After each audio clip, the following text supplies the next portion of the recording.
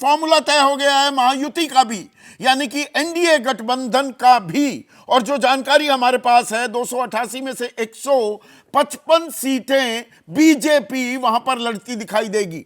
बड़ा big brother, बड़ा भाई महायुति गठबंधन का बीजेपी होने वाली है। शिवसेना शिंदे गुट को 78 सीटें मिलेंगी, जबकि एनसीपी अजित पवार गुट को 55 सीटें दिए जाने पर रजामंदी या मैं कहूं सहमति बनती दिखाई दे रही है। अब इसमें कमजोर कड़ी कौन, यह अपने आप में एक अहम सवाल हो जाता है। और यह सवाल इसलिए भी जरूरी है क्योंकि अगर हम 2024 जो अभी चुनाव हुए, लोकसभा चुनाव की बात करें, तो यहां पर 30 सीटें जीतने में महाविकास अघाड़ी कामयाब हुआ था, यानी कि इंडिया गठबंधन 17 सीटें गई थी एनडीए गठबंधन के पास। और इन्हें अगर विधानसभा सीटों में बढ़त के हिसाब से आकलन करें तो महाविकास अघाड़ी 151 सीटों पर बढ़त बनाते हुए दिखी, 145 बहुमत का आंकड़ा है वहां पर, और महायुति 127 पर। और इसमें महाविकास अघाड़ी में कांग्रेस ने सबसे ज्यादा 63 सीटों पर बढ़त बनाई थी, शिवसेना ने 56, और उसी फॉर्मूले को आज सीट बंटवारे में तब्दील भी करते दिख रहे हैं कि भाई कांग्रेस सबसे ज्यादा सीटों पर लड़े। और एनसीपी शरद पवार गुट 32 सीटों पर बढ़त बनाई थी, जबकि एनडीए की बात करें तो बीजेपी सिंगल लार्जेस्ट पार्टी बनकर उभरी। अगर हम बढ़त की बात करें 83 सीटों पर सबसे आगे, शिवसेना शिंदे गुट 38 पर आगे। 7 सीटें वो जीत गए थे लोकसभा की, लेकिन विधानसभा में वो 9 सीट पर बढ़त बनाई थी बीजेपी ने, लेकिन 83 पर उन्होंने विधानसभा में आगे बढ़त बनाई। और इसमें सबसे कमजोर कड़ी एनसीपी अजित पवार गुट सिर्फ 6 सीटों पर बढ़त बना पाए। और जो फॉर्मूला अभी मैंने आपको बताया, 55 सीटों पर एनसीपी अजित पवार गुट चुनाव लड़ेगा, तो ये एक कमजोर कड़ी भी होगी क्या।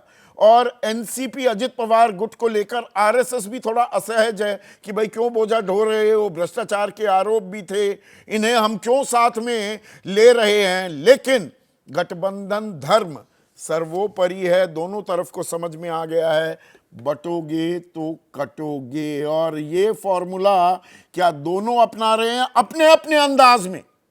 बीजेपी को तो ये फॉर्मूला योगी आदित्यनाथ ने दे दिया, और इसके पीछे एक बड़ी वजह यह भी है कि भाई हिंदू हिंदू बनकर वोट करेगा, जाति के आधार पर वोट नहीं की तो बीजेपी को फायदा होगा।